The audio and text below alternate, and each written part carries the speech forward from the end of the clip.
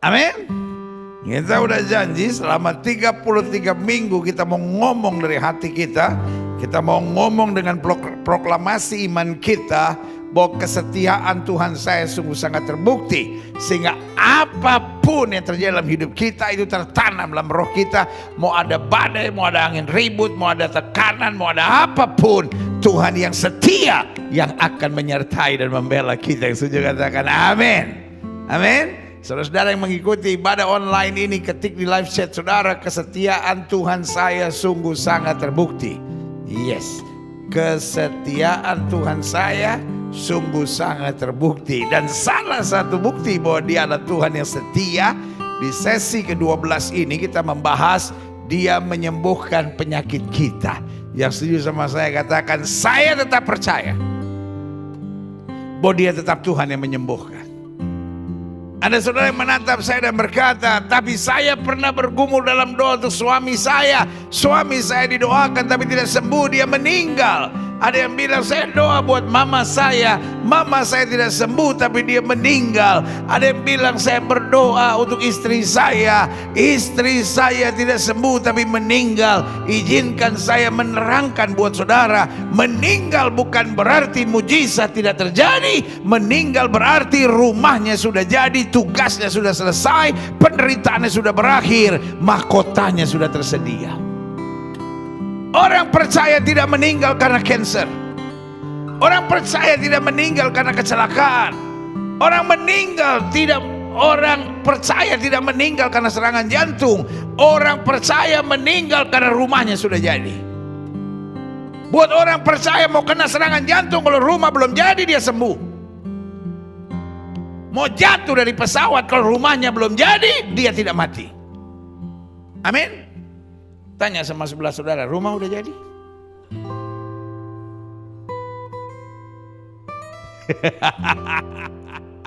Pendeta ini bikin takut.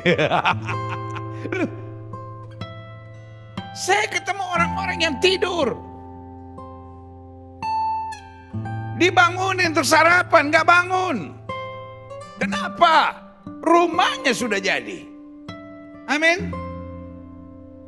Saya ketemu teman saya, dia bilang, pendeta, saya pernah jatuh dari helikopter, saya pernah kena tembak, saya pernah kena ini, belum mati. Saya bilang rumah belum jadi, Bung. Saya ketemu orang-orang yang sudah 4 kali serangan jantung, sampai hari ini masih sehat. Kenapa? Rumahnya belum jadi. Makanya saya bilang sama Tuhan, Tuhan saya gembala. Saya cuma minta satu, jangan bikin rumah saya segera. Jemaat saja dulu selesaikan. Gembala tidak boleh egois.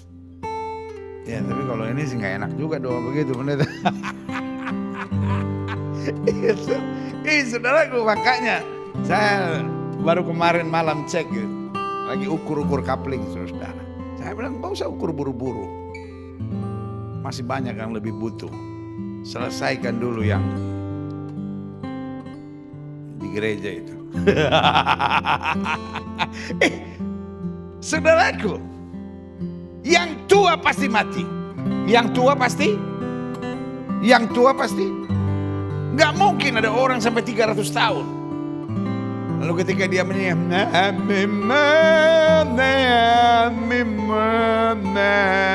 lalu malaikat mulai sadar, kayaknya dia udah tua. Umur berapa dia? 321. Astaga, lupa gue cabut. Yang tua pasti mati. Sama-sama bilang sama saya, yang tua pasti mati. Tapi yang muda bisa mati. Jangan tengil. Jangan sok kuat, sok jago, sok hebat.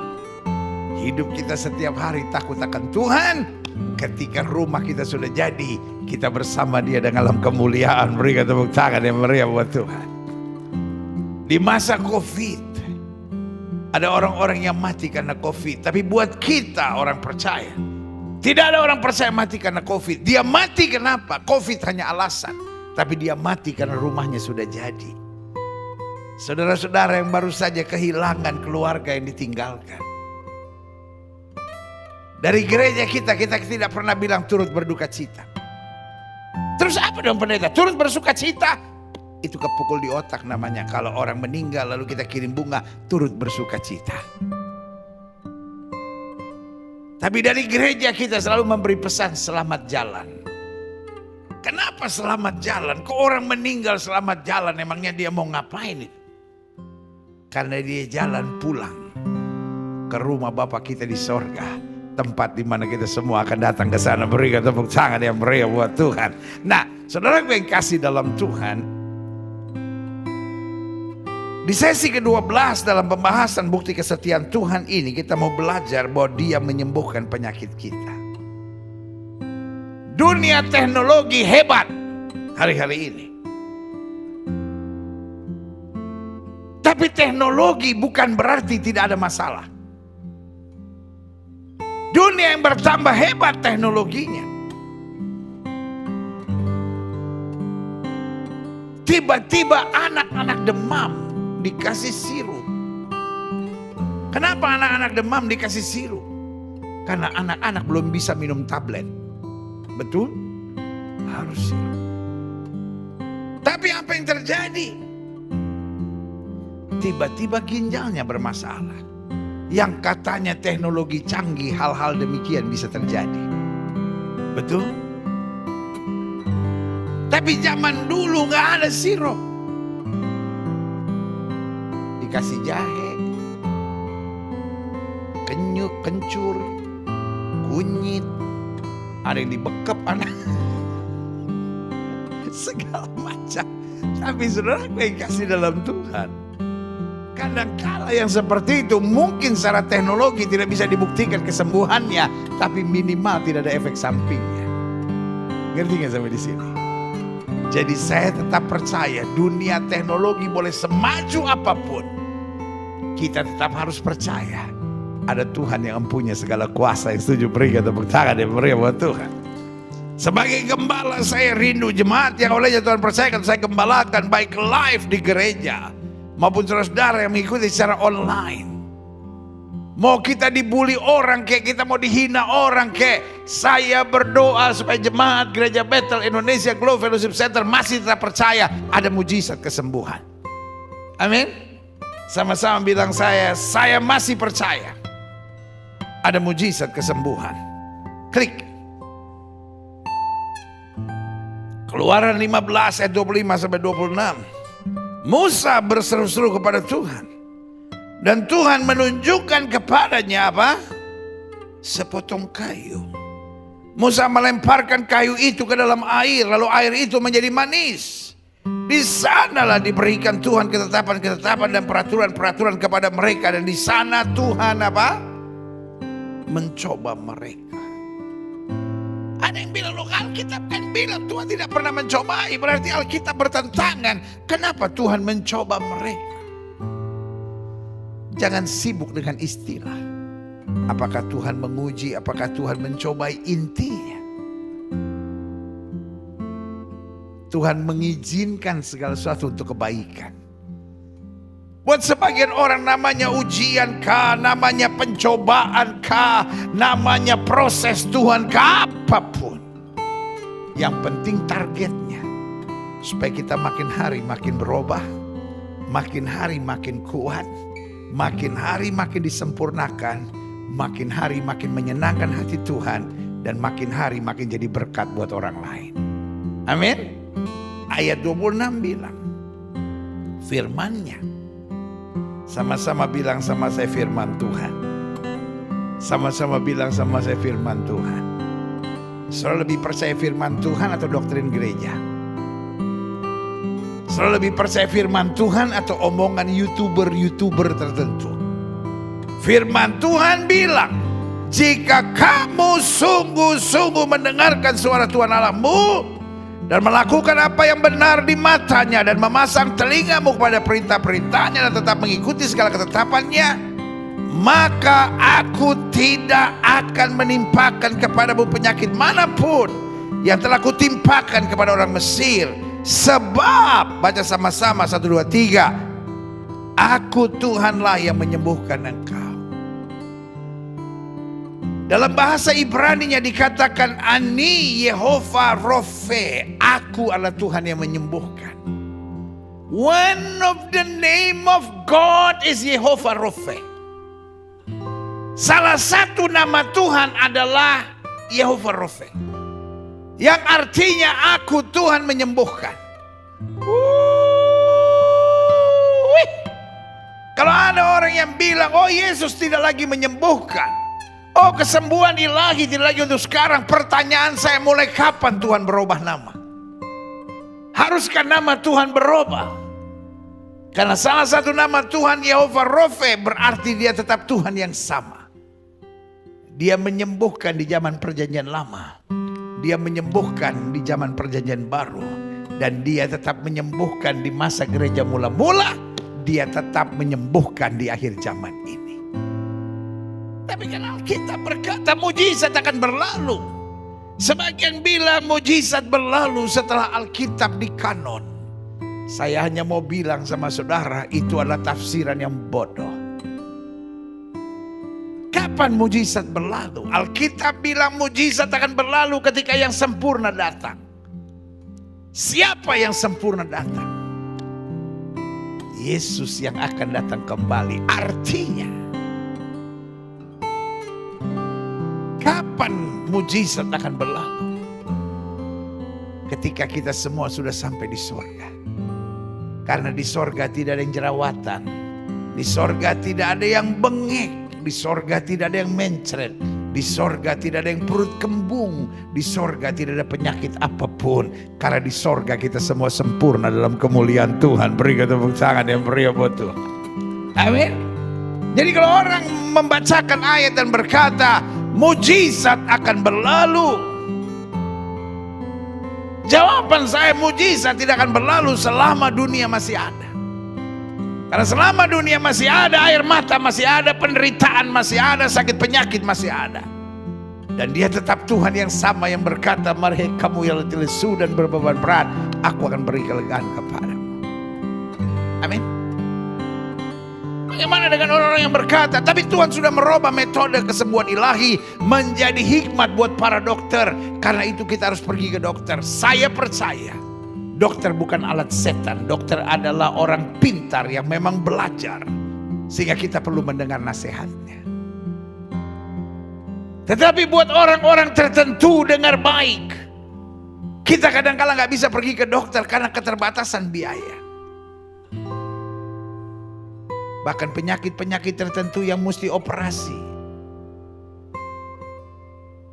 Kau pikir 100.000 bisakah untuk operasi? Kau pikir 200.000 bisa untuk operasi kah? Kecuali operasi cabut bulu hidung, kau bisa kerjakan sendiri.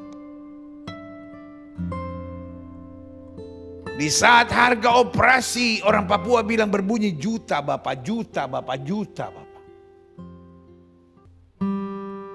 Dan kau berkata, haruskah aku pinjam sana, pinjam sini, dan akhirnya kelibat hutang gara-gara operasi? Jawaban saya sederhana, mujizat masih ada. Apakah itu berarti buat orang miskin ada mujizat, buat orang kaya tidak ada mujizat? Buat orang miskin perlu berdoa, buat orang kaya bayar rumah sakit? Jawaban saya, dia tetap Tuhan yang sama buat semua orang. Kalau dia mendengar doa orang miskin, dia mendengar doa orang kaya. Gak ada yang bilang amin. Saya gak tahu ini miskin atau kaya ini orang. Kalau dia mendengar doa orang miskin, dia mendengar doa orang kaya. Kalau dia mendengar doa orang kaya, dia mendengar doa orang miskin. Karena di hadapan Tuhan bukan ukuran dompet yang menjadi pengaruh. Di hadapan Tuhan hati yang beriman dan percaya, dia bertindak dan menyatakan kuasanya. Yang setuju berikan tepuk tangan yang meriah buat Tuhan. Saya pelajari selanjutnya. Jadi ingat ya, saya mau jemaat Gereja Bethel Indonesia Global Fellowship Center, baik yang di gereja maupun yang mengikuti secara online, menyadari betul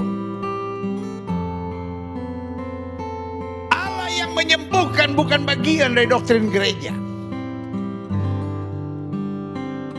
Ada orang-orang yang doktrin gerejanya percaya bahwa tidak ada kesembuhan ilahi, silahkan.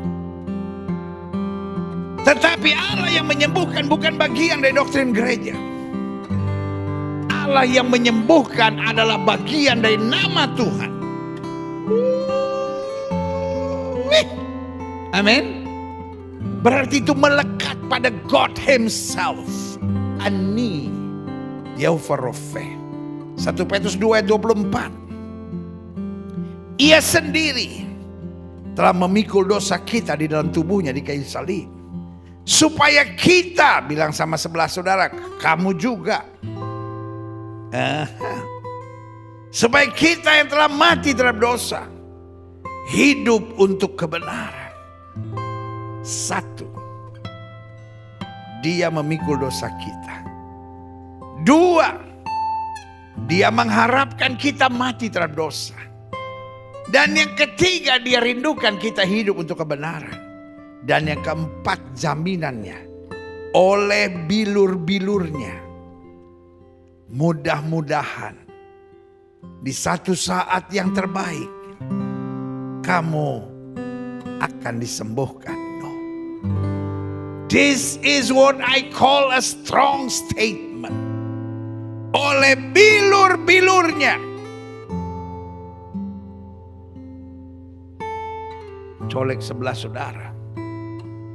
Bilang sama dia, bukan mudah-mudahan. Bilang sama sebelah saudara, bukan mudah-mudahan. Takutnya yang sebelah saudara udah banyak kali ikut ajaran sesat itu, makanya dia pikir mudah-mudahan. Oleh bilur-bilurnya dikatakan apa?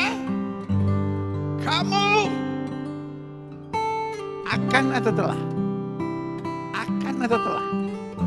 Apa bedanya akan sama telah? Akan itu nanti. Tetapi telah itu sudah selesai. Harganya sudah Yesus selesaikan. Tinggal kita terima dengan iman dan percaya. Maka oleh bilur-bilurnya kita menerima kesembuhan itu. Berikan tepuk tangan yang meriah. Satu ayat penting lagi saya mau share buat saudara.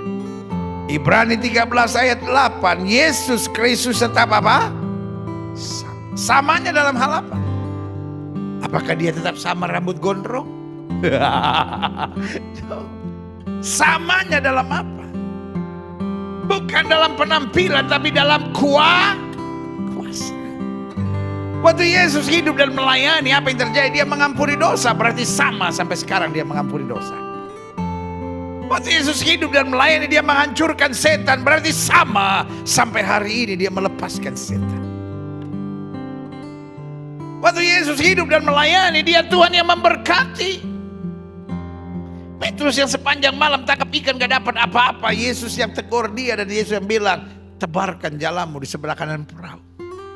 Sampai dia tangkap begitu banyak ikan, sampai Alkitab berkata jalannya hampir koyak dan perahunya hampir tenggelam. Amin. Tetapi dia juga Tuhan yang menyembuhkan. Berarti sampai hari ini ayat Alkitab ini tetap berlaku. Dikatakan apa? Kita baca sama-sama Ibrani 13 ayat 8. Saya mau jemaat Tuhan yang ada di gereja maupun semua jemaat Tuhan yang mengikuti secara online, mendasarkan imannya bukan pada doktrin gereja, mendasarkan imannya bukan pada kalimat pendeta, tetapi mendasarkan imannya pada dasar firman Tuhan yang teguh. Semua orang kadang-kala bicara firman Tuhan, tetapi sebetulnya yang dia tekankan penafsirannya. Tapi ayat ini Ibrani 13 ayat 8 jelas, kita baca sama-sama 1, 2, 3. Yesus Kristus tetap sama, baik kemarin maupun hari ini dan sampai selama-lamanya. Berikan tepuk tangan yang meriah buat Tuhan. Amin. Bagaimana dengan Alkitab yang berkata mujizat akan berlalu? Yes. Karena ketika yang sempurna datang, mujizat akan berlalu. Artinya ketika Yesus datang kembali menjemput kita, menyempurnakan kita dengan tubuh kemuliaan, kita ada di sorga, kita sudah tidak butuh mujizat. Karena di sorga gak ada orang bacis. Gak mungkin lagi sembah di penyembahan, tiba-tiba dia maka malaikat berkata, bawa virus lu. sorga nggak ada yang mencret. Sehingga olehnya lagi penyembahan, guru izin sebentar.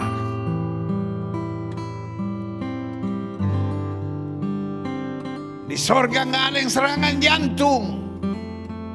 Yang olehnya lagi penyembahan semua kaget. Ih, kejang dia. Serangan jantung kah, ayan kah? No. Dia tetap sama sampai selama-lamanya. Amin. Klik. Saya pelajari. Salah satu masalah serius di akhir zaman, orang Kristen mulai apa? Meragukan kuasa kesembuhan Kristus. Kalau saya boleh memberi masukan, saya boleh memberi nasihat kepada pendeta-pendeta yang tidak percaya kuasa kesembuhan, tidak percaya kesembuhan ilahi, simpanlah buat dirimu sendiri. Jangan kau beritakan ajaran sampah yang tidak jelas itu. Kalau kau tidak percaya kuasa kesembuhan ilahi, silahkan. Tapi Alkitab banyak bicara tentang kuasa kesembuhan ilahi itu. Pertanyaan saya, apakah semua orang yang didoakan pasti sembuh? Alkitab tidak bilang semua yang didoakan pasti sembuh. Tapi yang Alkitab katakan sesuai dengan imanmu jadi padamu. Amin. Tapi pertanyaan saya juga sama. Apakah semua orang yang ke rumah sakit pasti sembuh? Satu yang saya tahu, semua orang yang ke rumah sakit pasti bayar.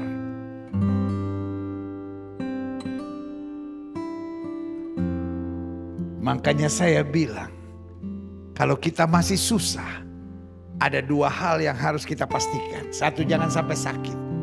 Dua, jangan sampai mati. Selama kita masih susah, jangan mati. Kau pikir mati gampang kah? Kau pikir mati murah kah?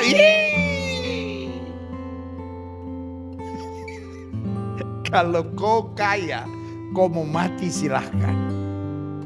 Yang besuk banyak, yang ngantar banyak. Saya kemarin lihat petinya itu, Ratu Elizabeth darah Yesus. Itu kalau peti matinya, kita rupiahkan, bisa bangun rumah untuk sekampung orang susah, saudara. Orang kaya mah bebas. Elizabeth mati, antri mau lihat mayatnya. Coba kalau Gilbert yang mati, siapa yang mau lihat lagi ya? Hidup aja dibully terus.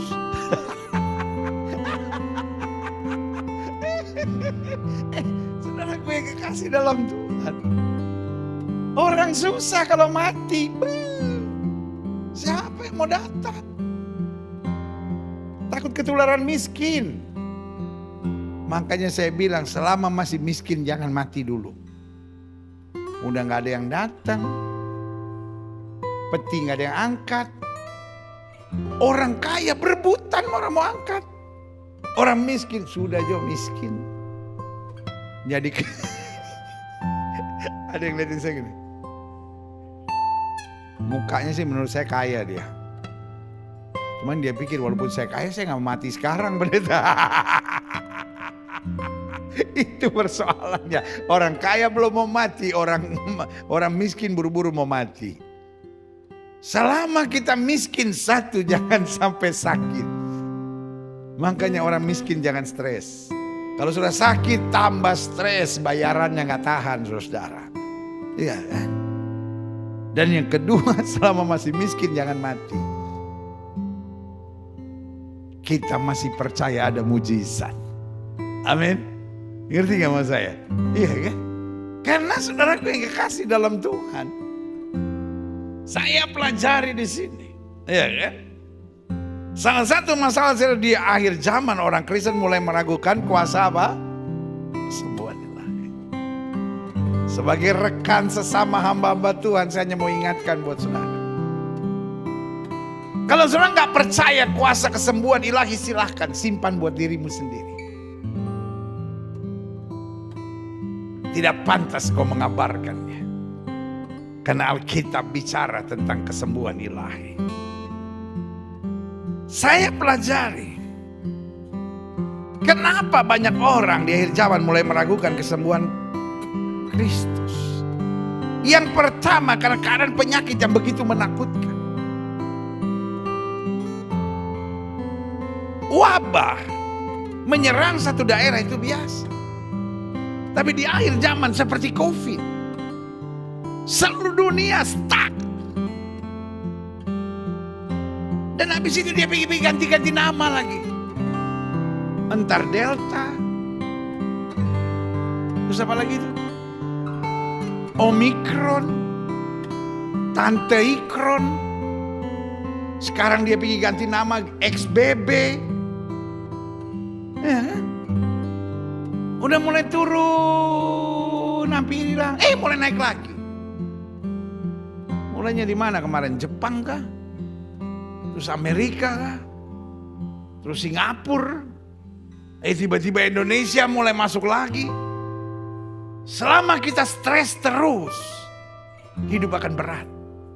Tapi anak-anak Tuhan percaya apapun yang terjadi, Tuhan tetap menjadi pembela, sumber segala mujizat buat kita. Sama-sama bilang, saya tidak takut. Amin. Penyakit tambah parah. Komplikasi lah. Mutasi lah. Sehingga akhirnya yang terjadi, orang mulai skeptis. Mujizat tidak terjadi lagi. Tapi hari ini saya hanya mau jelaskan buat saudara. Kalau Tuhan belum menjawab doa kita, bukan berarti mujizat tidak terjadi. Tapi Tuhan sedang mempersiapkan sesuatu yang lebih dahsyat lagi dalam hidup kita. Berikan tepuk tangan yang meriah. Selanjutnya, saya pelajari kenapa di akhir zaman orang mulai meragukan kuasa kesembuhan Kristus. Karena ada pengajaran-pengajaran dari orang-orang yang gak mengalami, lalu mulai membingungkan tentang anti, dan mulai mengajarkan tentang anti kesembuhan. Makanya saya bilang, tidak ada pendeta yang ahli dalam segala hal. Amin. Kalau sudah tanya, kok aneh pendeta? Kok ada pendeta-pendeta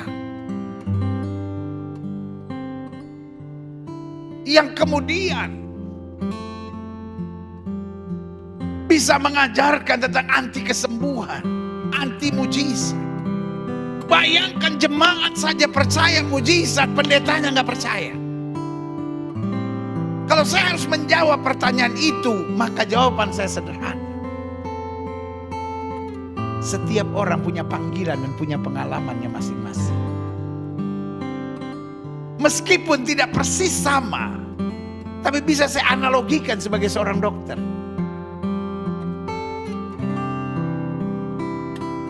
Bukan berarti setiap dokter ahli dalam segala hal tentang kesembuhan. Betul? Ada dokter yang urusannya cuma kulit sama kelamin. Dia jago ngencengin wajah lah. Saya pergi ke dokter spesialis kulit. Ke dokter istri saudara yang, apa itu namanya? Nyetrika beginian aja. Yang mulai fororo kata orang Manado bilang. Lalu mulai ditarik. Suami saudara yang sakit jantung bawa ke dia. Dia stres. Dia juga bingung mau diapain. Iya kan? Istri saudara masalah sama ginjal. Bawa ke dokter. Dokternya bilang jangan bawa ke saya gak ngerti. Loh kan Anda dokter, saya dokter hewan. Ya udahlah dok, istri saya juga dulu kupu-kupu malam. Maksa. Di depan jelas-jelas dokter hewan. Suaminya serangan jantung dibawa. Bu, saya cuma urus hewan. Suami saya buaya darat.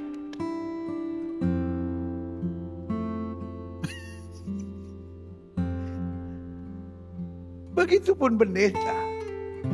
Ada pendeta-pendeta yang saya kenal, misalnya seperti Daud Tony. Dia khotbah banyak hal, tetapi fokus pelayanannya lebih kepada pengusiran setan, kuasa kegelapan.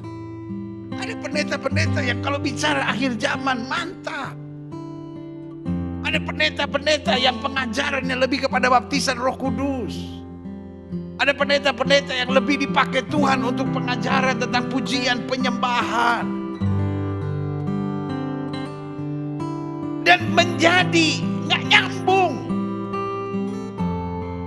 Kalau pendeta-pendeta yang bicara pujian penyembahan ini tiba-tiba mulai bicara topik yang berbeda, lalu mulai nyerang sana nyerang sini, karena belum tentu itu message yang Tuhan taruh dalam lidahnya. Kalau kita pelajari, itu yang menjadi penyebabnya. Ada orang-orang yang kepahitan. Mungkin dia pernah punya pengalaman anaknya didoakan dan gak sembuh. Mungkin ada orang-orang yang punya pengalaman ingin sekali baptis Roh Kudus dengan berbahasa roh tapi gak ngalamin. Akhirnya karena kecewanya, karena lukanya, makanya saya bilang orang yang belum beres akan menciptakan banyak persoalan. Karena intinya adalah Tuhan bukan buku yang harus dipelajari, tapi Tuhan adalah pribadi yang dekat untuk kita alami dan menikmati kuasa kemuliaannya. Beri tepuk tangan yang meriah buat Tuhan. Selanjutnya, padahal yang seharusnya menjadi salah satu dasar sukacita kita sebagai orang percaya di akhir zaman adalah Allah yang kita sembah, dia tidak berubah. Dan namanya Yehova Rofe, Tuhan yang menyembuhkan. Klik, saya pelajari. Dia menyembuhkan setiap orang. Yang apa? Satu, yang mau dan merasa memerlukan. Bandingkan pertanyaan orang kusta, jika engkau mau, Yesus tidak bertanya apakah penyakitmu, dia langsung menjawab, aku mau. Sama-sama bilang sama saya, Yesusnya mau. Tanya sama sebelah saudara, kamunya mau nggak? Kalau kita nggak mau percaya, kita nggak mau merendahkan diri, kita nggak mau mengimani janji Tuhan, sulit buat kita untuk menerima kuasa kesembuhan. Amin. Makanya orang kusta ini, dia bilang sama Yesus, if thou will, kalau engkau mau, engkau dapat menyembuhkan aku. Yesus nggak tanya, karena gini, setiap kali sudah ke dokter minimal ada 2 pertanyaan. Dok, saya sakit. Pertanyaan dokter yang pertama apa? Sakit apa? Karena sakit mata sama sakit pinggang obatnya beda. Gak bisa kalau datang ke dokter, dok saya sakit, oh ini obatnya ya. Dokter udah tahu belum sakit saya apa? Gak penting, pokoknya ini obatnya. Ngeri kali kita datang ke dokter kayak begitu ya kan? Dan yang kedua yang dokter tanya, setelah dia tanya sama kita sakit apa, pertanyaan kedua adalah berapa lama. Karena sakit pinggang kemarin sore sama sakit pinggang 14 tahun obatnya beda. Ngerti gak mau saya? Iya kan? Nah orang ini datang pada Yesus dan bilang, if thou will, jika engkau mau, engkau dapat mentahirkan aku. Yesus gak tanya penyakitnya apa, sudah berapa lama. Tapi Yesus mengulurkan tangan dan berkata, aku mau. Yesus gak peduli apapun penyakitmu, apapun persoalanmu. Waktu engkau mau beriman, dia mau menyelesaikan dengan cara yang ajaib. Yang setuju berikan tepuk tangan yang meriah buat Tuhan. Yang kedua, dia menyembuhkan setiap orang yang sungguh-sungguh mengarahkan diri pada Tuhan. Wanita pendarahan bilang, asal ku jamah jubahnya aku sembuh. Bartimeus berteriak, Jesus son of David have mercy on me. Dan dalam kedua kasus ini saya simpulkan, sungguh-sungguh sama-sama bilang sama saya tidak boleh bimbang. Saya harus sungguh-sungguh. Percaya kesembuhan ilahi bukan iseng. Ya kalau Tuhan mau sembuhkan, sembuhkan. Kalau Tuhan gak mau, ya terserah. Ya ilaha illallah. Yang ketiga, dia menyembuhkan setiap orang yang apa? Beriman dan meyakini. Karena sesuai dengan imanmu jadi padamu. Amin. Yang keempat, dia menyembuhkan setiap orang yang apa? Klik. Dia menyembuhkan setiap orang yang mengerti. Sama-sama bilang sama saya, yang mengerti tentang kuasanya yang tidak terbatas. Kenapa? Karena sementara kita beriman, pasti ada intimidasi iblis yang bilang, ya tapi penyakit kamu parah, situasi kamu berat. Tapi hari ini saya mau ingatkan buat saudara, kita tahu kuasa Tuhan tidak terbatas. Sama-sama bilang, saya tahu kuasa Tuhan tidak terbatas.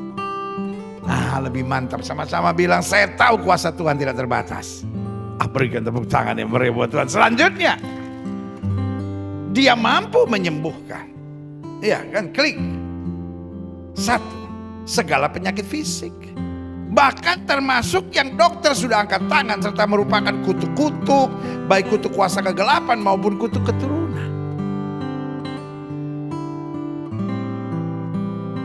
Bapaknya dulu umur 42 tahun mati karena serangan jantung.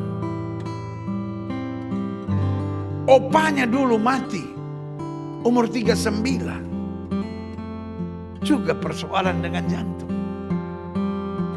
Ada 3 omnya, ada 2 tantenya mati sebelum 45 tahun, juga jantung. Ini kayak ada kutuk di keluarga ini, pendeta.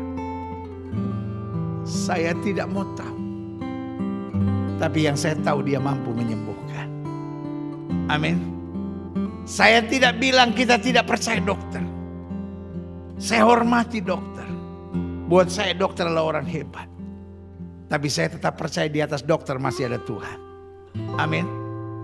Dokter boleh angkat tangan, tapi Tuhan tidak pernah angkat tangan. Berikan tepuk tangan yang meriah buat Tuhan. Selanjutnya, dia mampu menyembuhkan segala penyakit apa? Kejiwaan. Ada orang-orang yang tubuhnya sebetulnya sehat, tapi dia selalu merasa, aduh kayaknya pinggang saya ini gak bener nih gitu. Aduh kayaknya ini gak bener. Jadi stres gitu. Hidupnya gak pernah bersyukur gitu. Hidupnya terus mengeluh, hidupnya terus khawatir. Kalau ada orang kan di TV kan sekarang suka ada penjelasan tentang penyakit ini gitu. Ini gejala-gejalanya, pinggang kanan suka gemetar. Iya nih, saya kayaknya suka gemetar nih. Kayaknya semua yang dijelasin kayak kita gitu. Ini orang udah kejiwaannya kepukul nih saudara-saudara. Makanya Daud bilang, hai jiwaku, berharaplah kepada Tuhan dan jangan lupakan segala kebaikannya. Orang dunia sekarang bilang gue butuh healing nih. Kayaknya nih gue paranoid nih, kayaknya gini. Segala istilah-istilah yang gak cocok dia cocok-cocokin sama dirinya. Tapi hari ini saya mau bilang, God has made us whole. Tuhan menyembuhkan kita sempurna. Tubuh, jiwa dan roh kita. Kasih tepuk tangan yang meriah. Selanjutnya klik. Dia mampu menyembuhkan segala sakit hati dan kepahitan yang begitu melukai. Jadi kesembuhan bukan hanya soal cancer. Kesembuhan bukan hanya soal ginjal. Kesembuhan bukan hanya soal kelainan darah. Tapi kesembuhan juga soal apa? Sakit hati, kepahitan, kebencian. Bahkan buat sebagian orang, sakit hati lebih parah daripada sakit gigi. Tapi buat kita anak Tuhan, mau sakit hati, mau sakit gigi, mau sakit apapun, dia Tuhan memulihkan.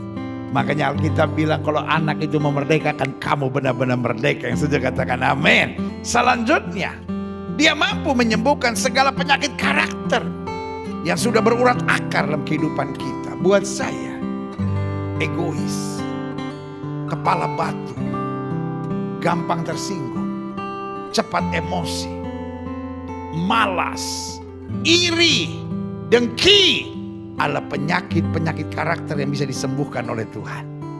Sama-sama bilang, saya bisa disembuhkan. Karena ada banyak orang fisiknya oke, tapi karakternya sakit. Klik. Yang terakhir kita akan bahas, apa hambatan kesembuhan. Yang pertama, kenapa orang seringkali terhambat untuk meraih kesembuhan? Karena tidak memahami kesembuhanlah hak mutlak kita sebagai anak Tuhan. Yang setuju sama saya, katakan bersama-sama, kesembuhan adalah hak mutlak saya sebagai anak Tuhan Yesus. Karena Yesus sudah bayar harganya. Saudara yang sedang di rumah, ketik di live chat saudara. Kesembuhan adalah hak mutlak saya sebagai anak Tuhan. Amin. Sama-sama bilang kesembuhan adalah hak mutlak saya sebagai anak Tuhan. Kalau perlu sampai di rumah nanti saudara ganti status saudara. Saudara ketik di IG saudara, Instagram saudara, saudara ketik di Twitter saudara, saudara ketik di Facebook saudara. Saudara ketik di WhatsApp story saudara, kesembuhan adalah hak mutlak saya sebagai anak Tuhan. Saudara deklarasikan. Kita beritahu kepada dunia bahwa dalam Yesus kesembuhan itu bukan mudah-mudahan. Kesembuhanlah janji Tuhan yang setuju katakan amin. Selanjutnya saya pelajari apa hambatan kesembuhan. Kita bimbang dan tidak percaya. Di Nazaret Yesus tidak dapat mengerjakan mujizat karena mereka tidak percaya. Alkitab bilang orang bimbang jangan harap dapat apa-apa. Yang ketiga apa hambatan kesembuhan? Klik. Cepat putus asa dan menyerah. Baru doa seminggu, baru doa sebulan, baru doa 5 bulan. Belum dapat kesembuhan dia bilang Tuhan saya gak percaya. Sama-sama bilang sama saya belum bukan berarti tidak. Sama-sama bilang belum bukan berarti tidak. Karena target Tuhan bukan hanya menyembuhkan fisik kita. Tapi target Tuhan memulihkan segenap hidup kita. Sehingga kadangkala kesembuhan gak langsung seketika itu terjadi. Dia mau kita belajar mengarahkan hidup kita sepenuhnya pada Tuhan. Sampai kita berkata aku hidup tapi bukan lagi aku yang hidup tapi Kristus yang hidup dalam aku. Kalau engkau bergumul untuk penyakit dan belum sembuh, tiap hari tetap perkatakan perkataan iman oleh bilur Yesus saya sudah disembuhkan. Kita gak mau dibelenggu dengan kekhawatiran dan penderitaan. Kita mau mengimani kuasa dan kemuliaan yang Yesus janjikan. Amin. Yang terakhir saya undang pemain musik maju ke depan. Apa hambatan kesembuhan? Terintimidasi dengan pikiran-pikiran negatif dan rasa sakit. Yang kita ingat bukan kebaikan Tuhan. Yang kita ingat bukan kuasa Tuhan. Yang kita ingat bukan mujizat Tuhan. Yang kita ingat aduh Tuhan sakitnya minta ampun. Aduh Tuhan saya gak kuat Tuhan. Aduh Tuhan saya gak sanggup Tuhan. Aduh Tuhan saya gak kuat Tuhan. Aduh saya rasa saya gak akan bisa sembuh. Iblis senang mengintimidasi kita. Paulus dan Silas. Kata Alkitab dicambuk. Saya percaya akibat cambukan luka-luka menganga itu masih ada. Tetapi mereka memilih untuk memuji dan menyembah Tuhan. Berarti dalam segala keadaan kita ada 2 pilihan. Apakah kita mau mengeluh? Apakah kita mau bersungut? Apakah kita mau berteriak tentang rasa sakit kita? Atau sebaliknya kita mau puji dan muliakan Tuhan? Paulus dan Silas memilih untuk memuji dan memuliakan Tuhan. Mereka memilih untuk percaya dan beriman.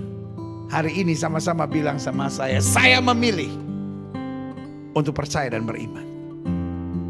Mereka mulai memuji Tuhan. Sakitnya berasa gak? Sakitnya berasa gak? Ya berasa lah. Tapi mereka tetap memilih. Mereka konsisten untuk memuji dan memuliakan Tuhan. Dan apa yang terjadi? Sendi-sendi penjara terbuka. Artinya waktu kita fokus pada janji Tuhan. Apa yang tidak pernah kita pikirkan. Itu yang Tuhan sediakan. Beri tepuk tangan yang meriah buat Tuhan.